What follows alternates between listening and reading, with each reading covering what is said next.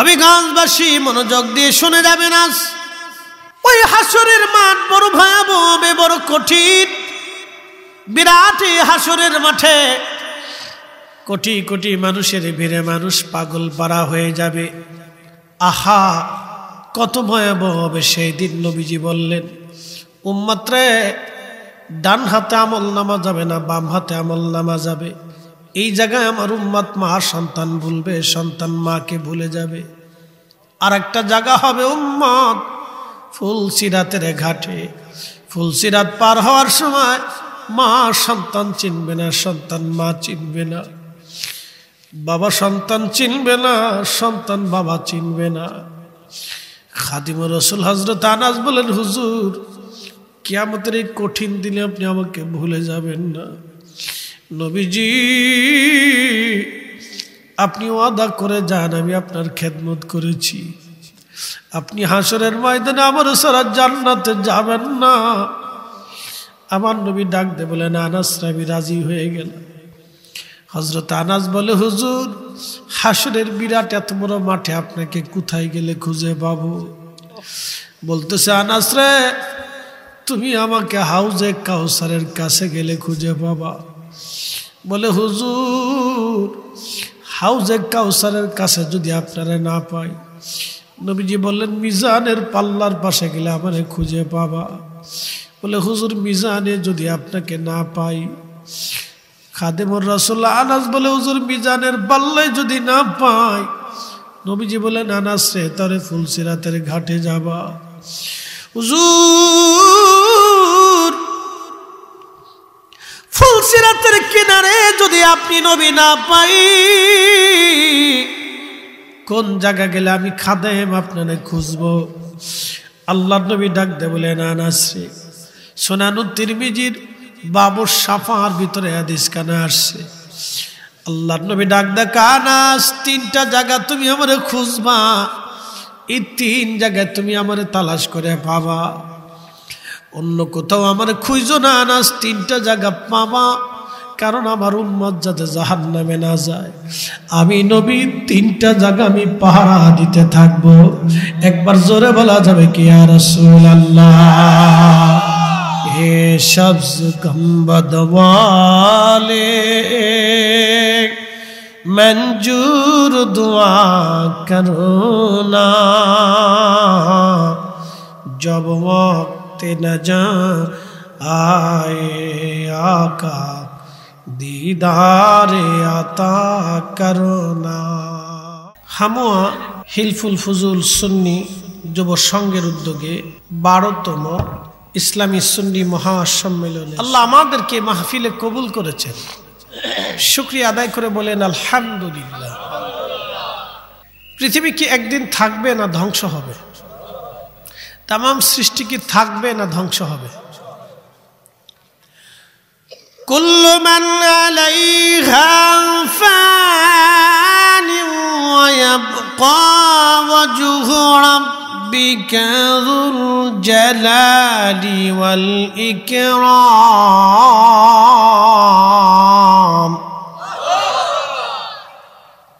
কুল্লু মান আলাইহা ফান, সব শেষ হয়ে যাবে, কিচ্ছু থাকবে না।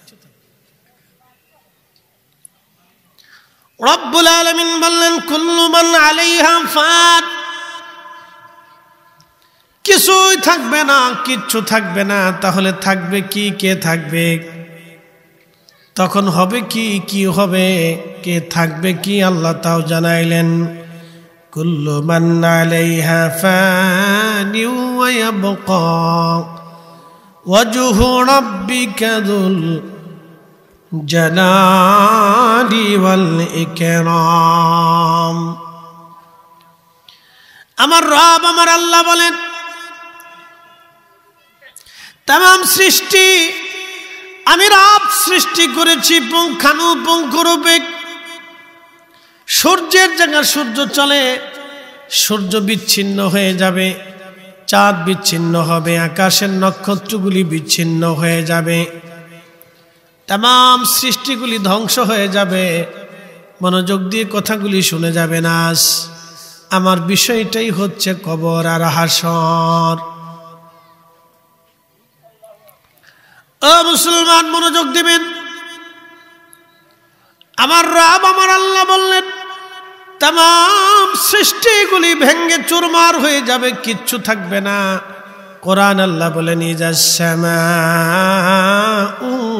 ফাতারাত, আসমানগুলি ভেঙ্গে ভেঙ্গে ভেঙ্গে ভেঙ্গে পড়তে থাকবে। ওয়া ইজাল কাওয়াকিবু তাসারাত, নক্ষত্রগুলি ভেঙ্গে ভেঙ্গে ভেঙ্গে ভেঙ্গে পড়তে থাকবে। হবিগঞ্জবাসী মনোযোগ দিয়ে শুনে যাবেন। আজ তাম সৃষ্টি যিনি করলেন তিনি আমার রব আমার আল্লাহ। তাম দুনিয়া বানাইলেন, পৃথিবী বানাইলেন। পৃথিবীটাকে 7টা স্তরে আল্লাহ পরিণত করলেন। আমরা যে জমিনে বাস করি এমন জমিন আল্লাহ 7টা বানাইলেন। আমরা যে আসমানের নিচে বসবাস করি এরকম আসমান আল্লাহ 7টা বানাইলেন। 7টা আসমান আর 7টা জমিন আল্লাহ বানাইলেন। এই 7 জমিন আসমানের ভিতর অসংখ্য সৃষ্টি আল্লাহ বানাইলেন। শুধু পৃথিবীটাকে আল্লাহ মানুষের জন্য বসবাস উপযোগী করেছেন, তাছাড়া বাকি কোনো গ্রহ উপগ্রহ মানুষের মতো বসবাস উপযোগী বানাই নাই। শুধু পৃথিবীটাকে আল্লাহ বসবাস উপযোগী করেছে, বাকি সৃষ্টি গ্রহ উপগ্রহকে আল্লাহ বসবাস উপযোগী করেন। বর্তমানে পৃথিবীতে 4 লক্ষ প্রজাতির জীব জীবন আছে। 4 লক্ষ প্রজাতির জীব এবং জীবন বর্তমান পৃথিবীতে আছে। 1টা 2টা প্রজাতি না, 4 লাখ 4 লক্ষ প্রজাতির জীব জীবন বর্তমান পৃথিবীতে আছে। সূর্যের মধ্যে কোনো জীব জীবন বাঁচে না বলে কারণ আগুন। চাঁদের মধ্যে কোনো জীব জীবন নাই, মঙ্গল গ্রহের মধ্যে কোনো জীব জীবন নাই। তাম সৃষ্টিতে যত নক্ষত্র আছে কোনো নক্ষত্রে জীব জীবন নাই। শুধু জীব জীবন আমার আল্লাহ পৃথিবীর মধ্যে বানাইলেন। একবার জোরে বলা যাবে আল্লাহু আকবার। এই মানব জাতিকে আমার আল্লাহ শ্রেষ্ঠত্ব দিলেন, সম্মানিত করলেন। তাম সৃষ্টির ভিতরে মানব জাতিকে আমার আল্লাহ আদর করে বানাইলেন। বলে কারণ কি ফরিদি হুজুর? তাম সৃষ্টির সাথে আমার আল্লাহর প্রেম হয় নাই, আল্লাহর প্রেম হয়েছিল মানব জাতির সাথে। এই জন্য আপনি দেখবেন জিনদের মধ্যে কোনো খাজা বাবা আজমিরি নাই, আপনি দেখবেন অন্য কোনো জাতির মধ্যে কোনো অলি নাই, ফেরেশতাদের মধ্যেও কোনো অলি খুঁজে পাবেন না। কারণ আল্লাহ তাদের নেগেটিভ পজিটিভ দিয়েছেন, নেগেটিভ দেন নাই। কাম ক্রোধ লোভ মোহ কামনা বাসনা হিংসা রিয়া আশা আকাঙ্ক্ষা বেদনা দুঃখ যাতনা, দুঃখ কিছু দেন না। স্ত্রী পুত্র পরিজন সন্তানাদি জন্ম নেন না, জন্ম দেন না। অর্থাৎ তারা সৃষ্টি হন, আল্লাহ তাদেরকে সৃষ্টি করেন, কিন্তু মানুষের মতো তাদের জন্ম হয় না, তারা জন্ম কখনো দেয় না। আল্লাহ তাদেরকে সৃষ্টি করেন। প্রিয় উপস্থিতি, খুব মনোযোগ দিয়ে কথাগুলি শুনবেন। ফেরেশতাদের স্ত্রী পুত্র পরিজন সন্তানাদি কিছুই নাই, অতএব মাও নাই, বাবাও নাই, বাচ্চা কাচ্চাও নাই। কিন্তু মানব জাতিকে আল্লাহ মা দিলেন, বাবা দিলেন, জন্ম দিলেন, মৃত্যু দিলেন, জন্ম দেন, জন্ম দিলেন। আল্লাহ কোন জাতির সাথে আল্লাহর প্রীতি হলো না, আল্লাহ মানব জাতির সাথে প্রীতি করলেন। তাম সৃষ্টির মধ্যে মানব জাতি সেরা, মানব জাতি সেরা, মানব জাতি সেরা। এই মানব জাতি ধ্বংস করে দিবেন, শুধু মানব জাতি না, তামাম মাখলুক আল্লাহ ধ্বংস করে দেবে। তাম সৃষ্টি আল্লাহ একদিন ধ্বংস করে দিবে। এই পৃথিবী যে ধ্বংস হবে তার কিছু আলামত আল্লাহর নবী আমাদেরকে বলে দিয়ে গেছে। তো আলামতটাকে 2 ভাগে বিভক্ত করা হয়েছে। একটা হচ্ছে আলামতে সুগরা আর একটা হচ্ছে আলামতে কুবরা। একটা ছোট আলামত আর একটা বড় আলামত। তা আমরা তো এখন পৃথিবীর এক বৃদ্ধকালে আসছি, কারণ আমাদের নবী আখিরি নবী, এই নবীর পরে আর কোনো নবী আসবে না। খাতামুন নবিয়্যিন, সব নবীদের শেষ নবী। তার অর্থ হচ্ছে পৃথিবীতে আর কোনোদিন নবী হবে না, এর অর্থ হচ্ছে পৃথিবীর বৃদ্ধকাল। এখন পৃথিবীর বৃদ্ধকাল চলে, বুড়া হয়ে গেছে, এটা পৃথিবী বৃদ্ধ, এটা সূর্য যে কোনো সময় ডুবে যাবে। আল্লাহ নবী আলামতের সুগরা 85টা আলামতের কথা বলছেন। তার প্রথম নম্বর হচ্ছে ওয়ামাতুসসালাহ, উম্মত নামাজ মেরে ফেলবে। দ্বিতীয়টা হচ্ছে ওয়াদাউল আমানা, উম্মত আমানত নষ্ট করবে। 3 নম্বর সুদের প্রচলন হবে, প্রচুর পরিমাণে সুদ আসবে, এত পরিমাণে হবে যে উম্মত সুদ থেকে মুক্ত থাকবে না। তার বর্তমান অর্থনৈতিক ব্যবস্থা, কেউ সুদ থেকে মুক্ত হবে না। বক্তা, শ্রোতা, ইমাম, মুসল্লি, কমিটি, মসজিদ, মাদ্রাসা, আলেম, ওলামা, পীর, মাশায়েখ, কেউ সুদ থেকে মুক্ত থাকবে না। আমার দিকে তাকান, এটা ভয়াবহ আলামত। কেউ সুদ থেকে মুক্ত থাকবে না, হয় সরাসরি সুদ খাবে, না হয় সুদের জন্য সাহায্য করবে, না হয় সুদওয়ালার সাথে লেনদেন করবে, আর না হয় সুদওয়ালার কাছে টাকা রাখবে। বর্তমান পৃথিবীতে সবার অর্থই ব্যাংকের মধ্যে জমা থাকে, আর ব্যাংকওয়ালারা এই টাকা দিয়ে সুদের ব্যবসা করে। কি বলেন? আপনি ঠিক বললেও ঠিক, না ঠিক বললেও ঠিক। মানুষ টাকা কোথায় রাখে? ব্যাংকে রাখে, আর ব্যাংক কি করে? সুদের কারবারি করে। হয় বাংলাদেশ ব্যাংকের সাথে করে, আর বাংলাদেশ ব্যাংক বিশ্ব ব্যাংকের সাথে করে লেনদেন।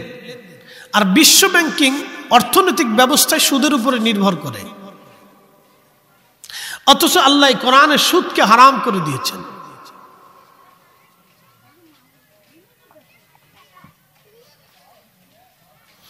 এই জন্য আল্লাহ রাসূল বলেন, আমার উম্মত সুদ থেকে মুক্ত থাকবে না, সুদের সাথে জড়িয়ে যাবে। এটা কিয়ামতের আলামতের সুগরার একটা আলামত, খুব ভয়াবহ আলামত। এটা বর্তমান সারা পৃথিবীতে এটা চলমান। তার মানে পৃথিবীর বৃদ্ধকাল চলে আসছে। আমানতের খেয়ানত হবে, এতটাই খেয়ানত হবে যে বাপ নিজের সন্তানকে বিশ্বাস করতে পারবে না। সিচুয়েশন তাই চলতেছে। বাবা সন্তান বিশ্বাস করে না, স্বামী স্ত্রী বিশ্বাস করে না, স্ত্রী স্বামী বিশ্বাস করে না। জমি রেজিস্ট্রি করে দিলেও এখন এমন পরিস্থিতি হয়েছে, অস্বীকার করে যায় না, আমি রেজিস্ট্রি করে দেইনি, এটা নকল করে সিগনেচার নিয়ে গেছে।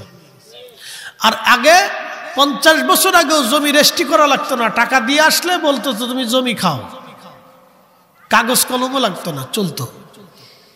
100 বছর আগে চলতো, 500 বছর আগে কাগজ কলমের কোনো সিস্টেমই ছিল না, শুধু মুখে বলতো যে তোমাদের দিয়ে দিলাম, এতটুকুনি। তার মুখের দাম ছিল অনেক।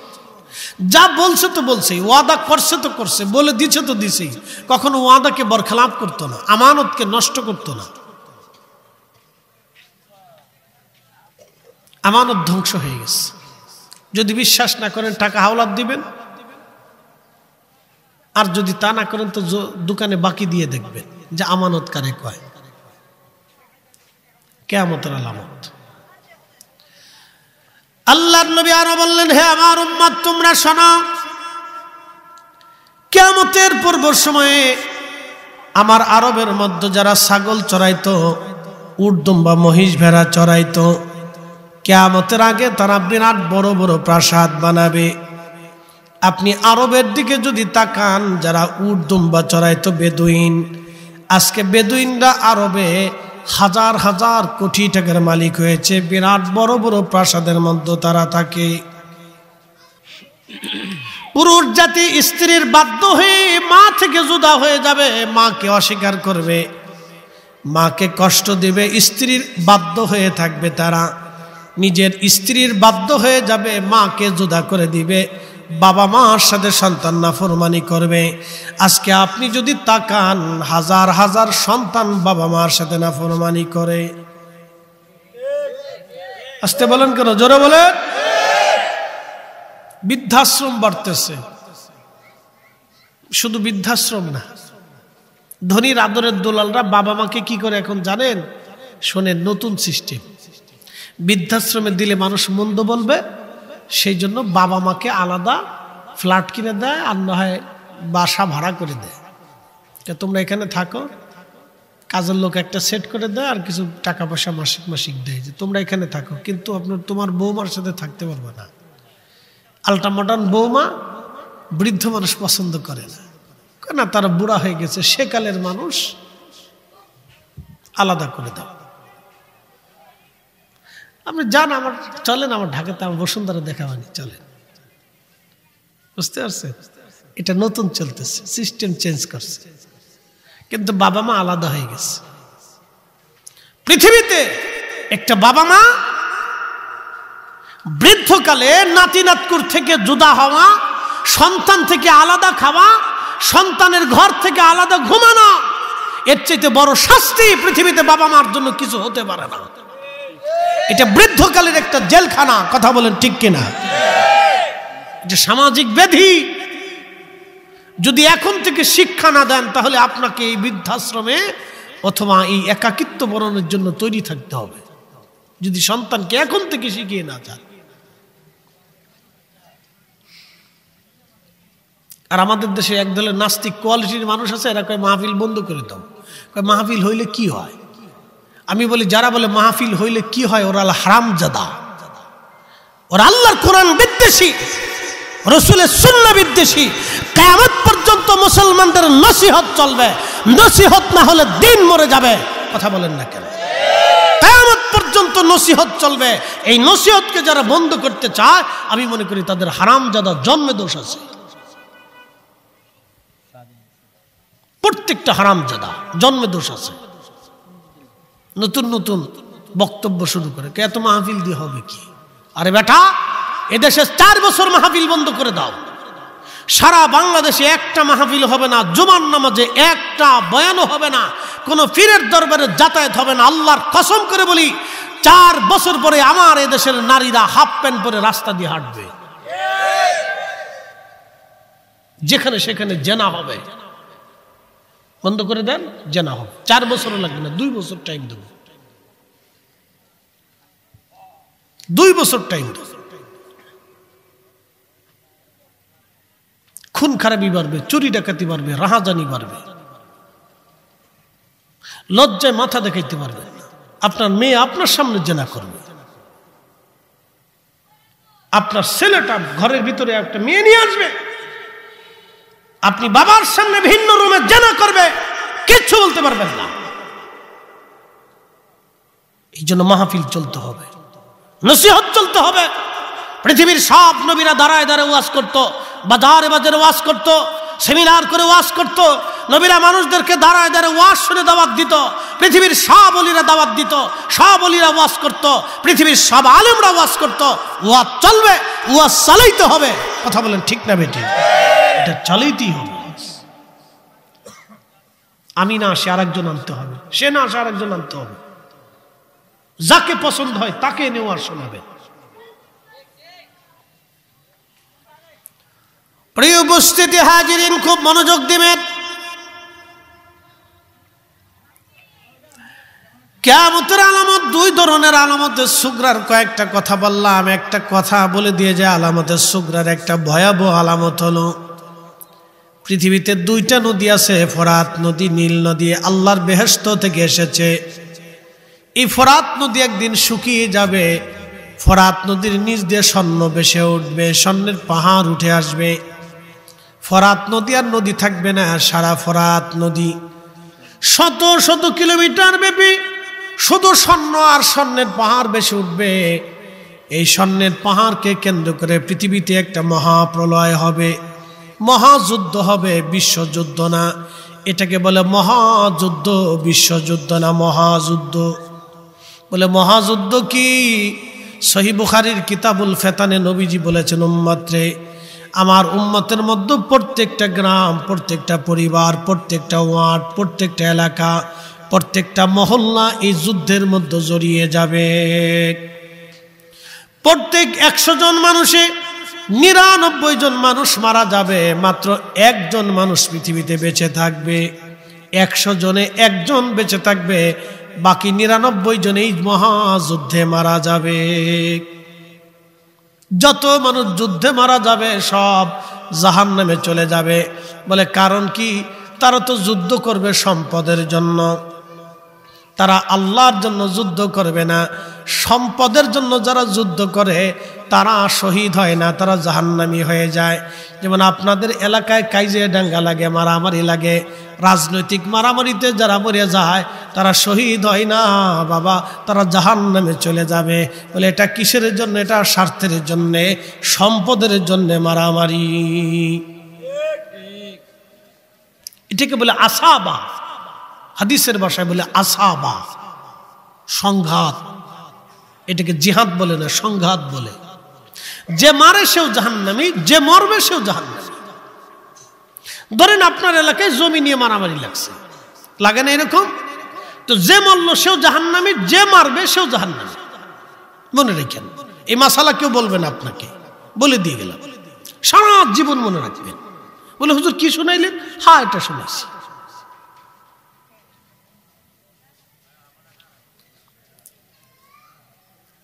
অন্তর্দ্বন্দ্ব, মারামারি, এই সমস্ত অন্তর্দ্বন্দ্বকে কেন্দ্র করে, হিংসাকে কেন্দ্র করে বিচ্ছিন্ন ঘটনা নিয়ে, যেমন সিঙ্গারা নিয়ে আমার ফরিদপুরে মারামারি হলো। সিঙ্গারা লাগলো দুইজনের ঝগড়া। দেখেন মারামারি কেমন হয়। লাগলো দুইজনের ঝগড়া, কি নিয়া? সিঙ্গারা নিয়া।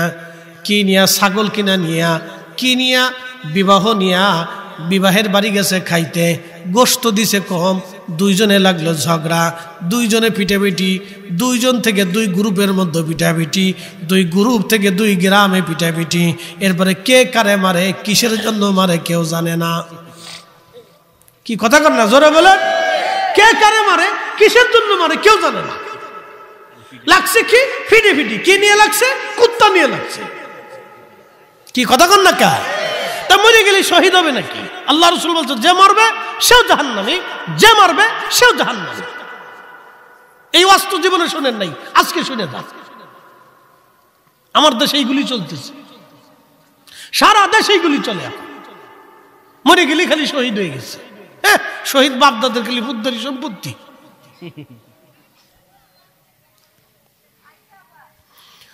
প্রিয় উপস্থিতি হাজিরিন, খুব মনোযোগ দিবেন। এই জন্য সাবধান, মারামারি লাগলে ফুট করে লাঠি সোটা নিয়ে যাবেন না, ওটা থামানোর চেষ্টা করবেন। কারণ মনে রাখবেন, যেখানে মারামারি হয় সেখানে শয়তানের কারসাজি আছে। কি কথা কর না কেন? তবে প্রশ্ন করবেন, হুজুর হ্যাঁ, বহির্বিশ্ব যদি আমাদের দেশে আক্রমণ করে, আমার দেশের জমিন যদি কেড়ে নিতে চায়, তাহলে এই যুদ্ধে যদি আপনি জড়ান, কাফেরের সাথে যুদ্ধ করলে আপনি শহীদ হবেন, এটা সত্য, এটা ঠিক আছে।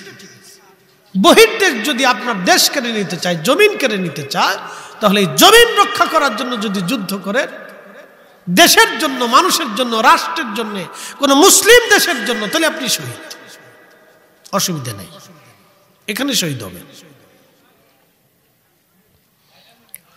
প্রিয় উপস্থিতি, খুব মনোযোগ দিবেন। হাজিরিন, কিয়ামতের আলামতগুলি আমি আপনাদের সামনে উপস্থাপন করলাম। পৃথিবীতে এইগুলি ঘটতে থাকবে, দিন দিন বাড়তে থাকবে। আল্লাহ নবী বলেন প্রকাশ্য জেনা হবে, প্রকাশ্য জেনা। প্রকাশ্যভাবে নারীরা বেহায়াপনা করবে। প্রশ্ন রাখবেন, ফরিদি হুজুর কেমন? হ্যাঁ, একটা নারী জিন্সের প্যান্ট পরে যখন রাস্তা দিয়ে আপনার সামনে দিয়ে হেঁটে যায়, এর চাইতে প্রকাশ্য বেহায়াপনা আর পৃথিবীতে কিছু হতে পারে না। কথা কর না কেন? এর চাইতে প্রকাশ্য বেহায়াপনা পৃথিবীতে কিচ্ছু নেই, যে একটা নারী জিন্সের প্যান্ট পরে। আচ্ছা, নারী জিন্সের প্যান্ট পরবে কেন? প্রশ্ন করি, বলেন। আমরা কি নারীদের সালোয়ার কামিজ পরি, শাড়ি পরি, চুড়ি পরি, কানের তলা গেছি, নাকের তে দিছি, টিকলি দিছি, তো নারী আমার প্যান্ট শার্ট নিবে কেন? কারণটা কি? বলে সমান অধিকার। তো সমান অধিকার হলি তাহলে আমি কামলা দিই, লাঙ্গুল চষি, তুমি লাঙ্গুল চষবা। আমি দাঁড়ায় পেশাব করি, তুমি দাঁড়ায় পেশাব করবা। কি কথা কর না কেন? আমি ইমামতি করি, তুমি ইমামতি করবা। আসো,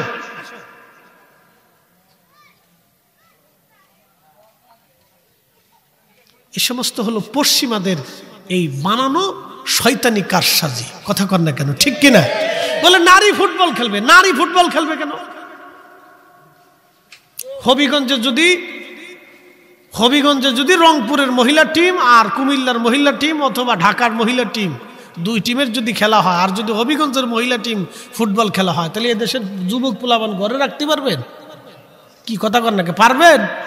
সব কাঁচাকুচি দিয়ে বিড়ি বুড়ি টানতে টানতে যাবে না, দেখে আসি বিড়িরে বলে কেমনে ফুটবল খেলে, খালি দেখবো তার অন্তরের লালসা মিটাবে। নারী কেন ফুটবল খেলে? পুরুষের লালসা মিটাবে। নারী টিচার হবে, নারী মা হবে, নারী অধ্যাপক হবে, নারী অধ্যক্ষ হবে, নারী শাইখুল হাদিস হবে, নারী মুফতি হবে, নারী মুফাসসির হবে, নারী হাফেজা হবে, নারী আলেমা হবে, নারী ইঞ্জিনিয়ার হবে, নারী প্রকৌশলী হবে, নারী অনেক বড় বিজনেসম্যান হবে। অসুবিধা নেই তো, আমরা তো নিষেধ করি না। নারী এগুলি হবে। নারী ফুটবল খেলবে কেন?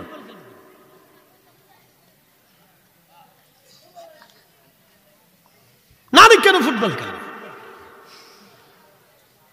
এগুলি হচ্ছে পশ্চিমাদের এক নতুন সংস্কৃতি। তারা আমাদের দিকে ঢেয়ে দিয়ে আমাদের নারীদেরকে ঘর থেকে বের করে নিয়ে তাদেরকে ব্যবহার করার বুদ্ধি চলতেছে। কথা কর না কেন, ঠিক কিনা? নারী ভোগ করার বুদ্ধি। আমরা যখন নারীদেরকে বলি তোমরা তোমাদের সম্মান বাঁচাও, তখন নারীরা মনে করে হুজুরা ভুল ভাল বলতেছে। আমরা ভুলবো কিনা। এই উপস্থিতি হাজিরিন, এইগুলি কিয়ামতের আলামত। কিসের আলামত? আসতে হয়ে গেল না? জোরে বলেন, জোরে। কিয়ামতের আলামত। আমি বলিনি, এমন একজন ব্যক্তি বলেছেন যে জীবনে একটা মিথ্যাও কোনোদিন বলে নাই। আল্লাহু আকবার। না জোরে বলেন। এমন একজন ব্যক্তি বলেছেন যার জীবনে কোনো ত্রুটি নেই। এমন একজন ব্যক্তি বলেছেন যার জীবনে কোনো আইব নেই। এমন একজন ব্যক্তি বলেছেন যে পৃথিবীতে ওনার মতো কোনো নিষ্পাপ নাই।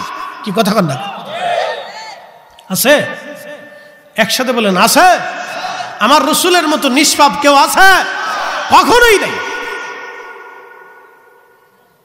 তিনি বলেছেন। হবিগঞ্জবাসী মনোযোগ দিয়ে শুনে যাবেন, এগুলি হচ্ছে আলামতে সুগরা। কিয়ামত হয়ে যাবে, তবে কোন দিন হবে বলে দিয়ে যায় যে তো হাসর। সূর্য পশ্চিম আকাশে ডুবে যায়। পশ্চিম আকাশে ডুবে যাওয়ার পরে সূর্যটা সেজদায় পড়ে আল্লাহর তাসবিহ পড়তে থাকে, সুবহানা রাব্বিয়াল আলা, সুবহানা রাব্বিয়াল আলা। সূরা ইয়াসিনের আশ-শামসু তাজরি লিমুস্তাকাররিল লাহা আয়াতের তাফসীরের ভিতরে নবীজি বলেন, হে আমার উম্মত, তোমরা কি জানো সূর্যটা কোথায় যে ডুবে যায়? সাহাবীরা বলেন, আল্লাহু ওয়া রাসূলুহু আলাম, আল্লাহ এবং তার নবী ভালো জানেন। আল্লাহর নবী তখন বললেন, সাহাবীরা, সূর্যটা যেতে যেতে পশ্চিম আকাশে ডুবে যায়। পশ্চিম আকাশে যখন ডুবে যায়, তখন ডুবে যাওয়ার পরে আরশে মুআল্লার নিচে যায় সূর্য আল্লাহকে সেজদা দেয়।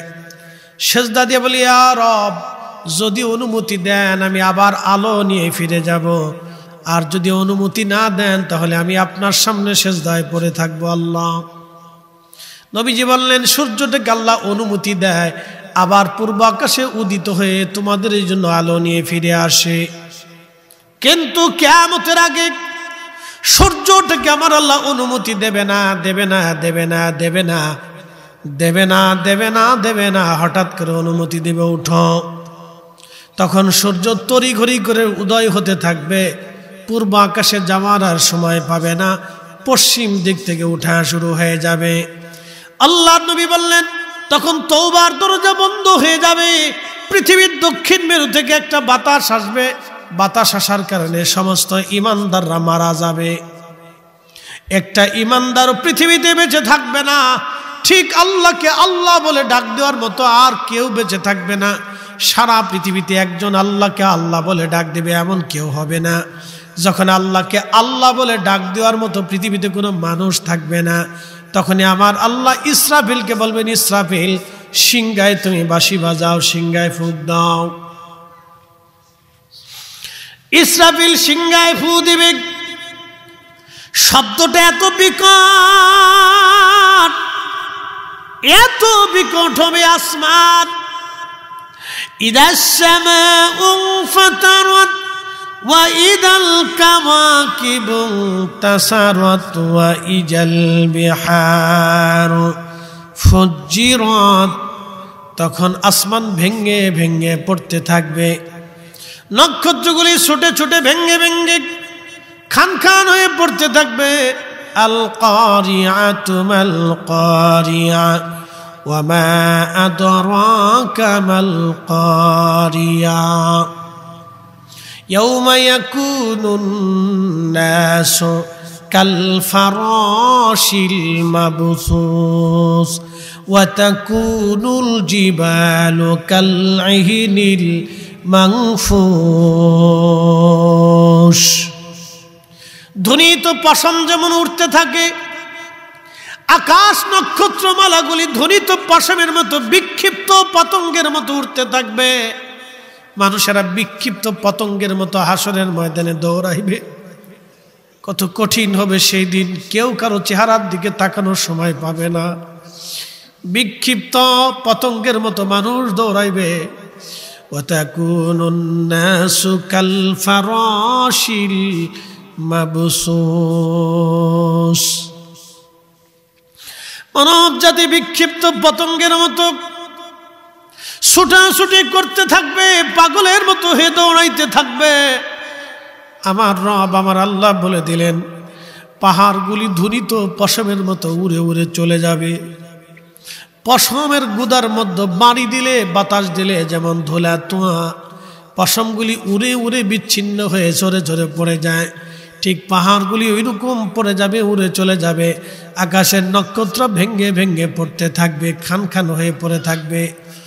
আল্লাহর নবী বললেন, সেই কঠিন সময়ে মানুষ এত ভয়াবহতার মধ্যে পড়ে যাবে, যুবকরা বৃদ্ধ হয়ে যাবে। কোনো নারীর পেটে বাচ্চা থাকলে ভয়ে বাচ্চা খালাস হয়ে যাবে। কি কঠিন হবে কোনো নারীর পেটের মধ্যে বাচ্চা থাকলে। ছোট বাচ্চার বড় বাচ্চা, 6 মাসের আর 3 মাসের বাচ্চা, 1 মাস আর 2 মাস, 9 মাস আর 8 মাস, যেই বাচ্চাই থাকুক না কেন, গর্ভপাতের সময় তখনও হয় নাই, কিন্তু ভয়ে বাচ্চা বেরিয়ে যাবে।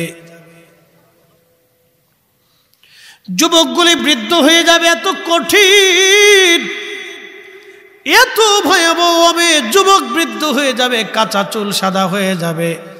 ঈসা রুহুল্লাহ উম্মতের একদিন বললেন, ইয়া নবী আল্লাহ, ওগো ঈসা রুহুল্লাহ, আল্লাহ তো আপনাকে মৃতকে জিন্দা করার মুজিজা দিয়েছেন, আপনি দয়া করে নূহ আলাইহিস সালামের ছেলে হযরত হামকে জিন্দা করে আমাদেরকে শোনান।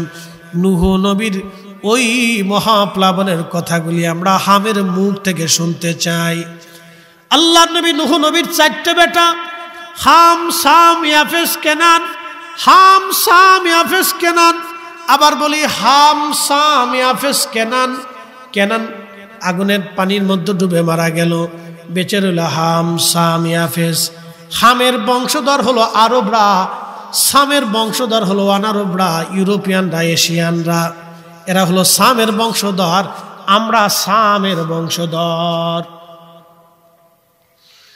সারা আরবরা হচ্ছে হামের বংশধর, অনারব যারা আছে তারা সামের বংশধর। আর ইয়াফেসের বংশধর হলো আফ্রিকানরা, নিগ্রো কালারা। পৃথিবীর যত কালা জাতি আছে সব ইয়াফেসের বংশধর। আর পৃথিবীতে আর একটা জাতি আছে ইয়াজুজ মাজুজ, তার ইয়াফেসের বংশধর। শুনে যাবেন, এগুলি শোনার দরকার, জানার দরকার, অনেক শিক্ষা আছে এর ভিতর থেকে। হযরত ঈসা রুহুল্লাহ বললেন, ঠিক আছে তাহলে হামের কবরের পাশে চলো। হযরত নূহ আলাইহিস সালাম, আদম, সফিউল্লাহর 3 পুরুষ পরে। আদম নবী 60 হাত লম্বা ছিল, আমাদের হাতের 60 হাত না, আদমের হাতের 60 হাত। একসাথে বলবেন আল্লাহু আকবার। কার হাতের 60 হাত? আমাদের আইঠিঙ্গে হাতের 60 হাত না, আদম আলাইহিস সালামের হাতের 60 হাত লম্বা ছিল। তো আদম ছিলেন 60 হাত, তাহলে ওনার হাত ছিল কত বড় বড় হিসাব করেন, তাহলে উনি কত বড়? একসাথে বলবেন আল্লাহু আকবার। আজকে আদম আলাইহিস সালাম যদি আমরার পাশে এসে বসতো তাহলে আর উভয় ছিল না। তাহলে আমরা দেখি করতে যে আমার ছেলে পেলেরা তোমরা কেমন আছো, আমরা কিন্তু আব্বা যান বেশি বলা না, আমরা ছোট ছোট হয়ে গেছি। অদ্দূর একটু হায়াত পাইছি, আপনি 1000 বছর হায়াত পাইছিলেন, আর আমরা 30-40 বছর পাইয়া দুনিয়া 8 তলা 10 তলা 20 তলা 100 তলা বিল্ডিং বানাইয়া, অন্যের জমি কেড়ে নিয়ে ইন্ডাস্ট্রি করিয়া, অন্যের রক্তমুক্ত চুষিয়া চুরি ডাকাতি করিয়া আপনার সন্তানরা সুইস ব্যাংকে টাকা পাচার করে। আদম আলাইহিস সালাম সবাই নিয়ে যদি একটা এইভাবে দিয়ে কাইট দিয়ে এইভাবে ফেলাই দিয়ে, তাহলে সুরমা নদী খুঁজে পাবেন না তালাশ করে, এত বড় ছিল। একসাথে বলবেন আল্লাহু আকবার। না না, আরো জোরে। একটা একটা একটা খাতার জন্য ইয়া রাব্বি 350 বছর ধরে আমাদের আব্বাজান কাঁদছে, কানতে কানতে কানতে কানতে গোশতগুলি পচে গেছে। আর আমরা কত খাতা করতেছি জীবনে। এ হবিগঞ্জবাসী, মনোযোগ দিয়ে শুনিয়া যাবেন। হাজিরিন, হযরতে নূহ আলাইহিস সালাম তো এরকম প্রায় 60 হাত লম্বা ছিলেন তিনিও। ওনার সন্তান হযরতে হাম তো মিনিমাম হলো 59 হাত লম্বা ছিল। হযরত ঈসা রুহুল্লাহ হামের কবরের পাশে গেলেন। হামের কবরের পাশে যাওয়ার পরে হযরত হামের কবরের পাশে যাওয়ার পরে লোকেরা বলল, ঈসা রুহুল্লাহর উম্মতরা বলল, ওগো নবী, এটা তো একটা টিলা দেখা যায়, একটা পাহাড় দেখা যায়। বলতেছে, হ্যাঁ এটাই হযরত হামের কবর। বলে পাহাড়ের হামের কবর। ওনারা অনেক বড় লম্বা মানুষ ছিল। হযরত ঈসা রুহুল্লাহ ডাক দিছে, হে হাম, আল্লাহর বান্দা, আল্লাহর হুকুমে দাঁড়াও। ঠিক কুম বিসমিল্লাহ বলে যখন ডাক দিয়েছে, বিকট শব্দ করে হযরত হাম আলাইহিস সালাম তিনি মাটির ভিতর থেকে আমার আল্লাহ জিন্দা করে ঈসা নবীর সামনে দাঁড়া করাই দিলেন। একবার জোরে বলবেন আল্লাহু আকবার। আরো জোরে বলেন, জোরে বলেন। পাক সুবহান, কে পারে জিতে তোমার শান। তুমি জিন্দাকে মারিতে পারো, জিন্দাকে মারিতে পারো, মরার পারো দিতে জান। কে পারে জিতে তোমার শান। হযরত হাম দাঁড়িয়ে গেলেন। ভয়ে থরথর করে হাম কাঁপতেছে। হযরত ঈসা নবী ডাক দেয়, বলেন, হাম বলো, হযরত নূহ আলাইহিস সালামের বেটা হাম তুমি? বলে, হ্যাঁ।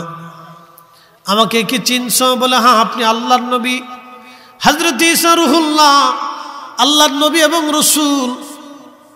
বলতেছে, কেন ডাকছেন?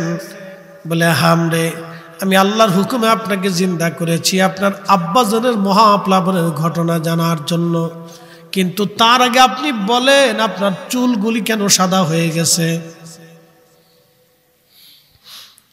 ও হাম, আপনার চুল কেন সাদা বলে দেন। হযরত হাম বলে, হুজুর, আপনি যখন আমাকে ডাকলেন আমি ভাবছি কিয়ামত অনুষ্ঠিত হয়ে গেছে। আল্লাহর নবী, কিয়ামতের ভয়াবহ চিত্রের কথা মনে পড়ে আমি ভয়ে আমার কাঁচা চুলগুলি সাদা হয়ে গেছে। হুজুর, আমার ইন্তেকালের সময় আমার চুল সাদা ছিল না, আমার সব চুল কাঁচা ছিল। কিন্তু আমি ভয় পাইছি, না জানি কিয়ামতের মাঠ কায়েম হয়ে গেছে। কিয়ামতের মাঠের ভয়াবহ চিত্রের কারণে আমি ভয়ে আমার চুল দাড়িগুলি সাদা হয়ে গেছে। নবীজি বললেন, যুবক সেদিন বৃদ্ধ হয়ে যাবে, সমস্ত মানুষ বস্ত্রহীন হবে, একেবারে বস্ত্রহীন হয়ে দাঁড়াবে। আল্লাহর নবীকে আম্মা জান আয়েশা সিদ্দিকা ডাক দিয়ে বলেন, আয়েশা ডাক দিয়ে বলেন, ইয়া রাসূলুল্লাহ, ইয়া নবী আল্লাহ, মহিলারাও কি সেই দিন বস্ত্রহীন হবে? নবীজি বললেন, হ্যাঁ আয়েশা, নারীরাও সেই দিন বস্ত্রহীন হবে। তুমি আয়েশারে তুমি শোনো, বিক্ষিপ্ত পতঙ্গের মতো মানুষ ছোটাছুটি করবে হাসরের মাঠে বাঁচার জন্য। কোন পুরুষ নারীর দিকে তাকাবে না, কোন নারী পুরুষের দিকে তাকাবে না। এত ভয়াবহ হবে, এত কঠিন হবে সেই দিন, এত কঠিন, এত ভয়াবহ হবে সেই দিন। নারী পুরুষের দিকে, পুরুষ নারীর দিকে তাকাবে না। হায় হায়, হাসর বড় কঠিন, হাসর বড় কঠিন। আল্লাহ কোরআনে জানাইলেন তা'রুজুল মালাইকাতু ওয়ার রূহু ইলাইহি ফি ইয়াউমিন কানা মিকদারুহু 50 আলফা সানা। দুনিয়ার 50,000 বছর, পৃথিবীর 50,000 বছর, এক এক সেকেন্ড করে 60 সেকেন্ড একটা মিনিট হয়, এক এক মিনিট করে 60টা মিনিট একটা ঘন্টা হয়, এক এক ঘন্টা করে 24 ঘন্টায় দিন ও রাত হয়, 24 ঘন্টার দিন ও রাতে 365 দিনে একটা বছর হয়। আল্লাহর নবী ডাকতে বলেন, আমার উম্মত তোমরা শুনে নাও, শুনে নাও। আল্লাহ কোরআনে বলেছেন শুনে নাও, দুনিয়ার 50,000 বছরে এক জায়গা করলে যত বড় হয়, হাসরের একটা দিন হবে তত বড়। একবার জোরে বলা যাবে আল্লাহু আকবার। সেই হাসরের মাঠের মালিক কে? একসাথে বলেন কে? তাহলে বলেন সেজদা হবে কার? জিকির হবে কার? আইন মানব কার? বিধান চলবে কার? আল্লাহ আল্লাহ আল্লাহ আল্লাহ আল্লাহ আল্লাহ। আল্লাহর আইন চলবে, আল্লাহর বিধান মেনে চলতে হবে। হাইয়া আলাস সালাহ বলার পরে মসজিদের কাতারে দাঁড়ায় যান। 1000 কোটি টাকার সামনে যদি থেকে অবৈধ ধরবেন না, নিবেন না, শোবেন না, খাবেন না। বলে হুজুর কারণ কি? এই সম্পদ আপনাকে হাসরের ময়দানের 1000 বছর দ্বারা করায় রাখবে। 1000 বছর দ্বারা করায় রাখবে। হবিগঞ্জবাসী, কত কঠিন হবে সেই দিন। দুনিয়ার 50,000 বছর এক জায়গায় করলে যত বড় একটা দিন হবে তত বড় একটা দিন। সেই দিনের কত হাজার বছর পার হবে আমরা জানি না। মানুষ বিক্ষিপ্ত পতঙ্গের মতো দৌড়াইতে থাকবে। আল্লাহর নবী বলেন সাহাবীরা, 3 জায়গা আমার উম্মত 3 জায়গা উম্মতকে বলে যাবে। মা সন্তান বলে যাবে, সন্তান মা বলে যাবে, বাবা সন্তান বলে যাবে, সন্তান বাবা মাকে ভুলে যাবে, ভাই ভাইকে ভুলে যাবে। বড় কঠিন, বড় ভয়াবহ হবে সেই দিন। কেউ কারো খবর রাখবে না। 3টা জায়গা মনে রাখবেন। 1 নম্বর মিজানের পাল্লা। যখন মিজানের পাল্লা প্রতিষ্ঠিত হবে, কার গুনার পাল্লা ভারী হবে, কার নেকের পাল্লা ভারী হবে। মিজান পাল্লা প্রতিষ্ঠিত হলো, হাসরের কোটি কোটি মানুষ মিজানে দাঁড়িয়ে যাবে। একজন আর 2 জন না, বর্তমানে পৃথিবীতে 800 কোটি, আদম সফিউল্লাহ পর্যন্ত হাজার কোটি কোটি বিলিয়ন ট্রিলিয়ন কোটি মানুষ কিয়ামত পর্যন্ত আসবে, যাবে, কবরে ঘুমাবে। সব মানুষ হাসরের ময়দানে আল্লাহর সামনে দাঁড়াবে। মিজান পাল্লা হবে একটা, আল্লাহর সামনে মিজানের পাল্লা মাপা হবে। আল্লাহর নবী বললেন এক এক করে ডাকা হবে, এক এক করে মিজানের পাল্লা মাপা হবে। কার গুনার পাল্লা ভারী, কার নেকের পাল্লা ভারী। ওই সময় মানুষ এতই পাগল পারা হবে, মা সন্তান বলে যাবে, সন্তান মা বলে যাবে। সবার একটাই চিন্তা, আমার উপায় কি হবে, আমার উপায় কি? আল্লাহর নবী বলেন উম্মত, ওই সময় আমি নবী যখন বাবা মা সন্তান সন্ততি সবাই সবাইকে ভুলে যাবে, কিন্তু আমি নবী ওই সময় উম্মত ভুলব না। সাহাবীরা রে, আমি ওই সময় আমার উম্মত ভুলব না। বন্ধু আমার, এই মশা মাত্র 2.5 দিন বা 3 দিন পৃথিবীতে বেঁচে থাকে, কিন্তু আমরা বাঁচি কত সময়? পৃথিবীর হায়াত অনুযায়ী মাত্র গড়াই 65 বা 60 বছর। কিন্তু আপনি জানেন না হাসরের ময়দান অনুযায়ী আপনি কত সময় বেঁচে থাকেন। 50,000 বছর পৃথিবীর যত বড় হবে, হাসরের একটা দিন হবে তত বড়। তাহলে 50,000 বছরকে 60 বছর দিয়ে ভাগ দিয়ে দেখেন, মাত্র কয়েক ঘন্টা পৃথিবীতে আপনি বেঁচে থাকেন হাসর অনুযায়ী। হাসরের একটা দিন অনুযায়ী মাত্র কয়েক ঘন্টা পৃথিবীতে বেঁচে থাকেন হাসরের একদিন। সেই দিনের কত বছর পার হবে জানি না, কত বছর হাসরের মাঠে পার হবে জানি না, জানি না, জানি না। নবীজি বললেন সূর্য মাথার উপরে থাকবে, তেজস্ক্রিয়া এত বেশি, তোমরা দুনিয়ার যে সূর্যটা দেখো এই সূর্যটা থেকে 70 গুণ পাওয়ার হবে, কিন্তু দুনিয়ার এই সূর্যটা তোমাকে পোড়ায় দেবে, কিন্তু হাসরের সূর্য তোমাকে পোড়াবে না।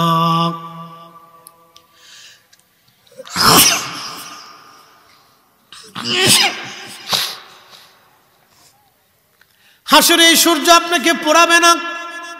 বলে তাহলে হবে কি? আপনাকে ভিতর থেকে, যদি কখন আপনি সৌদি আরবে যান, মরুভূমির মধ্যে যান, তো মরুভূমির মধ্যে আপনি খালি গায়ে দাঁড়ায় দেখবেন যে আপনার ভিতর থেকে শুকায় টেনে নিয়ে আসবে। প্রখর এই সূর্য আপনাকে পুড়িয়ে ঝলসে দেবে না, কিন্তু আপনার ভিতর থেকে যত পানি আছে সব বের করে দিবে, আপনাকে একবারে নিঃশেষ করে দিবে। হাসরের ময়দানে সূর্যটা এত তেজস্ক্রিয় হবে, এত ভয়াবহ হবে। দুনিয়ার আকাশে যে সূর্যটা আপনি দেখেন, বিজ্ঞানের গবেষণা অনুযায়ী সূর্যটা 200 কোটি ডিগ্রি সেলসিয়াস, 200 কোটি ডিগ্রি, 200 কোটি ডিগ্রি, মাত্র 12 থেকে 13,000 ডিগ্রি সেলসিয়াস তাপমাত্রা একটা লোহা গলে পানির মতো নরম হয়ে যায়। সেখানে 200 কোটি ডিগ্রি সেলসিয়াস এই তাপমাত্রার সূর্যটা আরো 70 গুণ বাড়বে। তাহলে বাড়ি যে গুণ দিয়ে দেখবেন, 70 দিয়ে 200 কোটির গুণ দিয়ে দেখবেন কত হাজার কোটি গুণ বেশি হাসরের ময়দানে সেটা উত্তাপ ছড়াবে। সেই দিন আরশে মুআল্লার ছায়া ছাড়া কোনো ছায়া হবে না, বটগাছ খুঁজে পাবেন না, সেদিন আপনি প্রাসাদ খুঁজে পাবেন না, এসি খুঁজে পাবেন না। আল্লাহর আরশে মুআল্লার ছায়া হবে, পৃথিবীর এয়ার কন্ডিশনের মতো হবে না। সেই দিন সেই আরশে মুআল্লার ছায়াটা হবে জান্নাতের ছায়া। আল্লাহর বেহেশত থেকে সেই দিন বাতাস আসতে থাকবে, ওই বাতাসে সবার পরাণ জোড়ায় যাবে। হাজার হাজার বছর ওই আরশে মুআল্লার নিচে তারা থাকবে। আল্লাহ তাদের চমৎকার চমৎকার খাবার খাওয়াবে, ভুনা বোনা গোশত খাওয়াবে। নূরের চেহারায় নূরের মিম্বরে তারা বসে থাকবে। সেই দিন নূরের চেহারায় নূরের মিম্বরে তারা বসে থাকবে। বেঈমান কাফের আর নাফরমানরা সেই দিন দেখে দেখে আশ্চর্য হবে, এরা কারা? অথচ আমরা তাদেরকে দুনিয়াতে গরিব দেখছিলাম, আমরা তাদেরকে দুনিয়াতে ভিখারি দেখছিলাম, আমরা তাদেরকে দুনিয়াতে কামলা দেখছিলাম, আমরা তাদের সিরা জামর কাপড় দেখেছিলাম, আমরা তাদের গায়ে সাবান মাখতে দেখি নাই, আমরা তাদের চুল দাড়ি উস্কো খুস্কো দেখেছিলাম, তাদের জামা কাপড় তালিযুক্ত দেখেছিলাম, তারা কম খাইতো অল্প খেয়ে বাঁচত, তাদের ঝুপড়ি করে বাঁচতে দেখেছিলাম। আজকে তারা নূরের চেহারায় নূরের মিম্বরে তারা বসে আছে, এরা কারা? একসাথে বলবেন আল্লাহু আকবার। রাশিয়ান প্রেসিডেন্ট আর আমেরিকার প্রেসিডেন্ট, চাইনিজ প্রেসিডেন্ট, উত্তর কোরিয়ার প্রেসিডেন্ট, বড় বড় পৃথিবীর বড় বড় প্রেসিডেন্টরা যারা কাফের আছে সব সেই দিন উলঙ্গ হইয়া আল্লাহর জাহান্নামের মধ্যে তারা পড়ে থাকবে। তারা আফসোস করবে আর বলবে, হায় হায়, আমরা এত বড় প্রেসিডেন্ট ছিলাম, জিন্দেগি বিফল হয়ে গেল আমাদের। আজ হাজার হাজার কোটি টাকার মালিক ছিলাম আমাদের, আজকে হলো কি? যাদেরকে আমরা প্রজা মনে করেছিলাম, শাসন করতাম, যাদেরকে খাবার দিতাম না, কষ্ট দিতাম, আজকে তারা জান্নাতের আলিশান জায়গায় রইল, আর আমাদের জায়গা হলো জাহান্নাম। আমাদের হলো কি কি কি সর্বনাশ হয়ে গেল। তখন তারা ভয়ে আর আশ্চর্য হইয়া আর ক্ষোভে তাদের গোশত কামড়া চামড়াগুলি কামড়ায় কামড়ায় টেনে টেনে টেনে টেনে ছিঁড়ে ফেলবে আর আফসোস করতে থাকবে, কিন্তু কোনো আফসোসে কাজ হবে না। কথা বলেন ঠিক কিনা?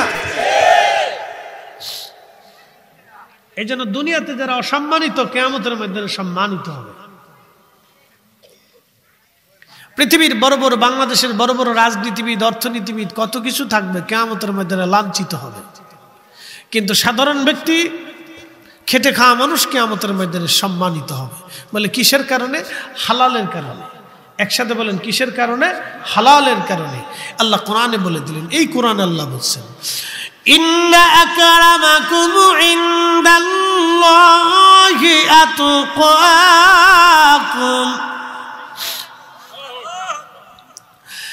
আল্লাহু আকবার ওয়ালিল্লাহিল হামদু। বিসমিল্লাহির রাহমানির রাহিম।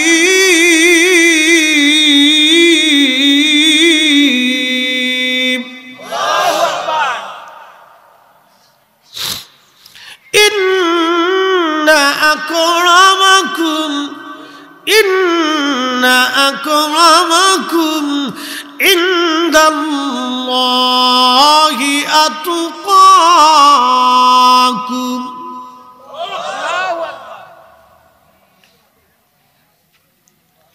হাজার কোটি টাকার মালিক হলেও লাভ হবে না, এমপি হলেও সফলতা নাই, মন্ত্রী হলেও সফলতা নাই, বাংলার প্রেসিডেন্ট হলেও সফলতা নাই, জাতিসংঘের মহাসচিব হলেও সফলতা নাই, রাশিয়ার প্রেসিডেন্ট হলেও সফলতা নাই, নেটোর প্রধান হলেও সফলতা নাই, আমেরিকার প্রেসিডেন্ট হলেও সফলতা নাই, হাজার কোটি টাকার মালিক হলেও সফলতা নাই, অনেক বড় বক্তা হলেও সফলতা নাই, অনেক সুন্দর চেহারার অধিকারী হলেও সফলতা নাই, অনেক দামি খেলোয়াড় হলেও সফলতা নাই, অনেক সম্মানিত হলেও সফলতা নাই, অনেক বড় নেতা হলেও কোনো সফলতা নাই। আল্লাহ বলে দিলেন সফলতা এক জায়গা, এক জায়গা, এক জায়গা, এক জায়গা। কিয়ামতের ময়দানে আল্লাহর কাছে সে সম্মানিত হবে নূরের মিম্বরে, নূরের চেহারাতে, নূরের মিম্বরে, নূরের চেহারাতে, নূরের মুকুট মাথায় নিয়ে আল্লাহ আরশে মোল্লার নিচে তাকে জায়গা বসায় দিবে। দুনিয়াতে যার অন্তরে আল্লাহর ভয় বেশি ছিল, হারাম খাই নাই, নামাজ ছাড়ে নাই, রোজা ছাড়ে নাই, জিকির ছাড়ে নাই, অন্যায় করে নাই, জুলুম করে নাই, অন্যের হক মেরে দেয় নাই, অন্যের সম্পদগুলি মেরে দেয় নাই, মিথ্যা বলে নাই, মানুষ ঠকায় নাই, গীবত তহমত শিকায়াত করে নাই। আমার আল্লাহ বললেন কিয়ামতের ময়দানে সে সম্মানিত হবে। দুনিয়াতে যার যত আমল বেশি সে সম্মানিত হবে তত বেশি। আমি এখানে রাষ্ট্রপতি, অর্থমন্ত্রী, সাধারণ ব্যক্তি, ভিখারি, দিনমজুর, অভাবী দিনমজুর আর রিক্সাওয়ালা, ভ্যানওয়ালা, আমি এগুলি খুঁজবো না। যার অন্তরে তাকওয়া বেশি তার দাম আমার কাছে বেশি। তাকওয়া নাই কিচ্ছু নাই, তাকওয়া নাই কিচ্ছু নাই। আমি গাউসে পাকের মুরিদও চিনব না, হুজুর গাউসে পাকের মুরিদ চিনব না। যদি নামাজ না পড়ে তো কাজ হবে না, যদি তাকওয়া নিয়ে আসে তাহলে আমি আল্লাহ তাকে সম্মান দেব। কথা কন না কেন? অনেকে খুব চিনতে আছে আমি হুজুরের মুরিদ। মুরিদ ঠিক আছে, অলির ভক্ত ঠিক আছে, কিন্তু বাটাম চালান খাতিও বলে। হুজুর এটা কেমন? বলতেছি, আপনি যে পৃথিবীতে অন্যায় করছেন এটা শাস্তি আছে না? বাটাম চালান তো আপনাকে নিতে হবে, তো কতদিন নিবেন? কবরে বাটাম চালান চলবে। বলে কতদিন? কত হাজার বছর জানি না। বলে হাসর, হাসর বড় কঠিন হবে। বলে কেমন হবে? আপনারা বুঝাই এবার। হ্যাঁ, আপনি মাপ পাবেন, মাপ নিষেধ নেই, আল্লাহ মাফ করবে, মাপ নিষেধ নাই, শাফায়াত হবে, তাও হবে, এটাও সত্য, মাফও হবে, এটাও সত্য। আপনি জাহান্নাম থেকে আল্লাহ আপনারা বের করে নিয়ে আসবেন, তাও সত্য। কিন্তু কতদিন যে জাহান্নামের বাটাম সালান খাবেন তা কিন্তু জানেন না। কি কথা খারাপ হয়েছি? বুঝাই বুঝাই করতেছি, এখন আসেন। বলে কেমন? শোনাই। দুনিয়াতে যারা অনেক অর্থের মালিক হয় কিন্তু জাকাত দেয় না, একসাথে বলেন কি দেয় না? জোরে বলেন কি দেয় না? এখন তো জাকাত তো সিস্টেম উঠে নাই, জাকাত হয়ে গেছে হলো ট্রেডিশন। কেমন? ঢাকা শহরের জাকাতের মার্কেট আছে, জাকাতের কাপড় আলাদা, লুঙ্গি আলাদা, গেঞ্জি আলাদা, গামছা আলাদা, সেলার কামিজ আলাদা। এমন সেলার, এমন লুঙ্গি দিয়ে মাসখানিক পরার পরে বেটা কাজে গেছে মাঠের ভিতরে, ঠাস করে পিছন থেকে ফাইডে ছিঁড়ে চলে গেছে। কি কথা কর না কেন? জাকাত হবে কি বুঝাইতেছি। আমার কাছে এই চাদরটা পছন্দ, যদি চাদর দিতে হয় তাহলে এরকম পছন্দের চাদর দিতে হবে।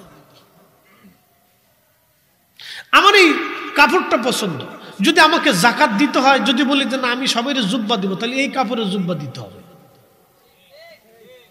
আপনি ঠিক বললেও ঠিক, না ঠিক বললেও ঠিক। আমি যেটা করছি এটা রসুলেরটা, এটা রসুলেরটাই ঠিক। এই কাপড়ের জুব্বা জাকাত দিতে হবে।